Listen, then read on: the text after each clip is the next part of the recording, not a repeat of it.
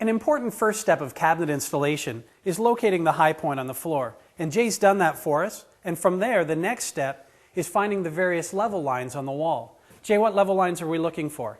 Mark, we're going to start by locating the 54-inch mark. And this represents the bottom of our wall cabinets. So each cabinet will line up with this line and then travel upwards. Yep. The key here is locating the 54 inches to start with our diagonal corner, and we'll work our way out from there to making sure everything is level. Okay. Now what we're doing with this wall, we'd have to do with each and every wall. Is that correct, Jay? That is correct.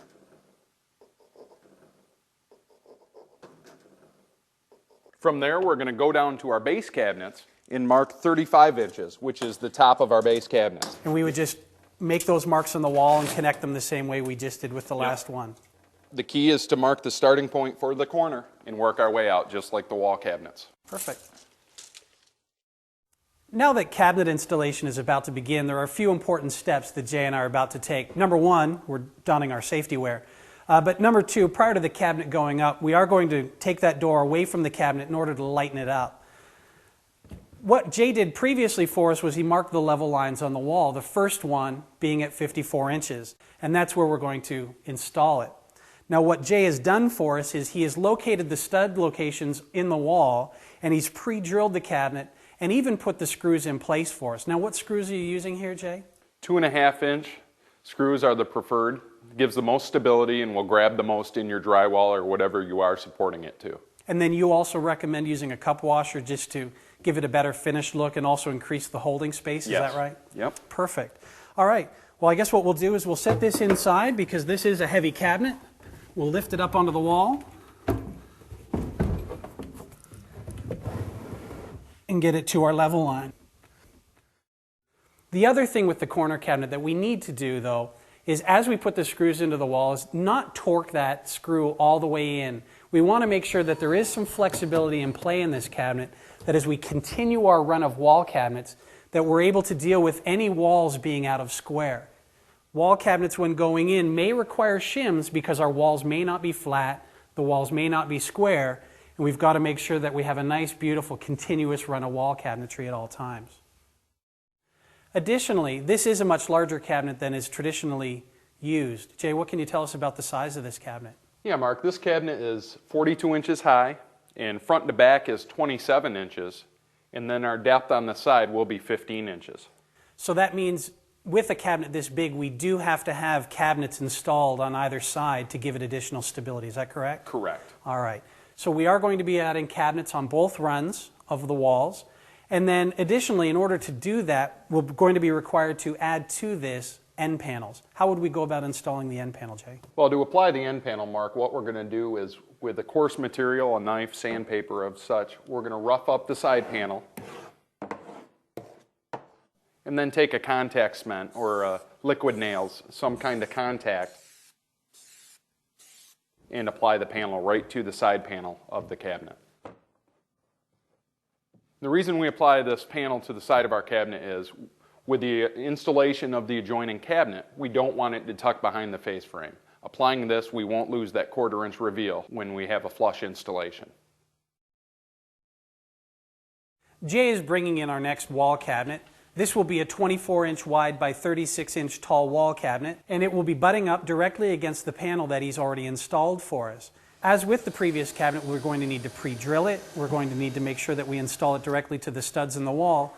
And then last but not least, we have to take into consideration the next item that's going in, which is going to be a range hood. That means that we're going to have to install a panel on the end of this cabinet as well. So what Jay has done for us now is he's put the screws into the wall cabinet and affixed the wall cabinet directly to the wall. What he's just completed for us as well, though, is the installation of cabinet to cabinet. What we find to be very important here for cabinet to cabinet installation is that we attach a screw at the top of the cabinet, one in the middle, and one at the bottom, just to make sure that the cabinets are pulled nice and tight together. Additionally, we want to make sure that we're hitting the studs in the wall as we're attaching the cabinet to the wall. And again, the benefit here is with our solid back panel, we're able to put those screws at any height we want within the cabinet itself. In preparation for the range hood, what Jay's done for us is measured the distance required for the range hood between each of these two cabinets, which in this case was 30 inches, Jay? Yes. So what we've done is he's installed the skin here and a skin to the side of this particular cabinet. The primary reason being the range hood itself is not quite as tall as these two cabinets. So we want to have a nice finished look between the two of them. So this range hood that we're about to put in will cover 30 inches of wall space. This cabinet's been installed to the studs in the wall. We've pre-drilled it, and we've pre-drilled the face frame of this cabinet as well, so that we're all set that when the range hood comes up, it can be installed between these two items. But it's very important that we get that measurement exact. Now we've got the range hood installed into place. With each and every range hood that we provide, you do also get a liner kit to put inside of it. The liner kit is metal, it's epoxy coated, it comes with the screws to do the installation of it. The only other requirement is the blower kit that you might put inside of it.